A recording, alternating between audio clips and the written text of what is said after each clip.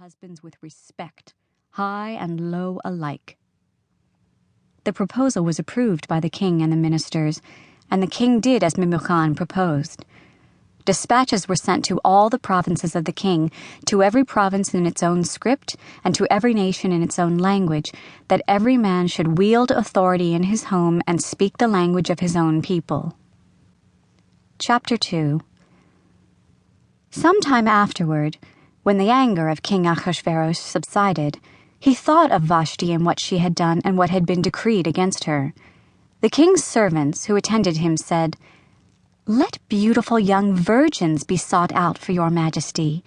Let your majesty appoint officers in every province of your realm to assemble all the beautiful young virgins at the fortress Shushan, in the harem under the supervision of Haggai, the king's eunuch, guardian of the women.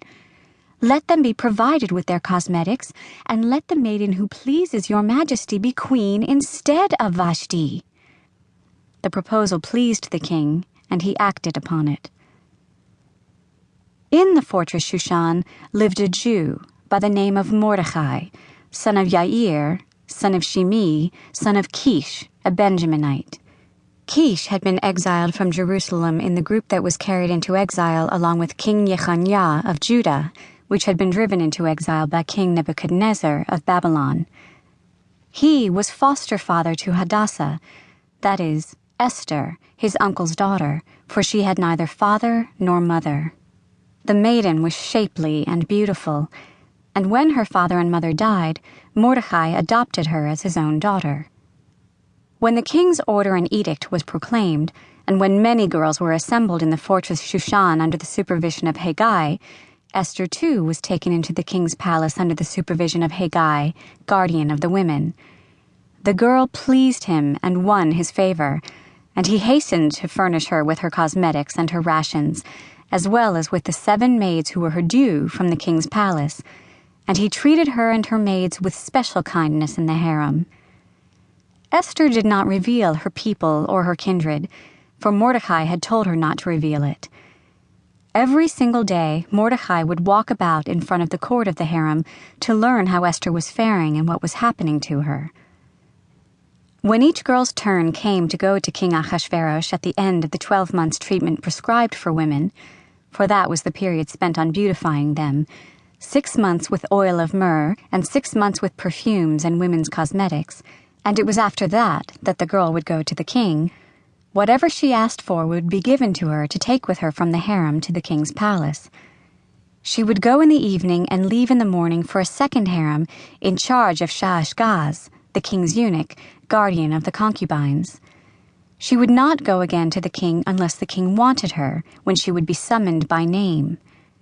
When the turn came for Esther, daughter of Abihail, the uncle of Mordecai, who had adopted her as his own daughter, to go to the king, she did not ask for anything but what Haggai, the king's eunuch, guardian of the women, advised.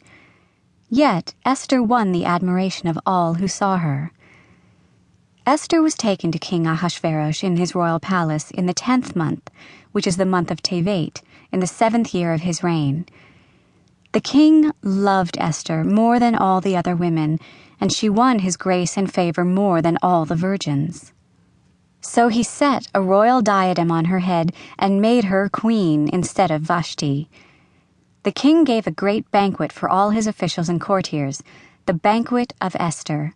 He proclaimed a remission of taxes for the provinces and distributed gifts as befits a king. When the virgins were assembled a second time, Mordecai sat in the palace gate. But Esther still did not reveal her kindred or her people, as Mordecai had instructed her, for Esther obeyed Mordecai's bidding, as she had done when she was under his tutelage. At that time, when Mordecai was sitting in the palace gate, Bigtan and Teresh, 2 of the king's eunuchs who guarded the threshold, became angry and plotted to do away with King Ahasuerus. Mordecai learned of it and told it to Queen Esther, and Esther reported it to the king in Mordecai's name.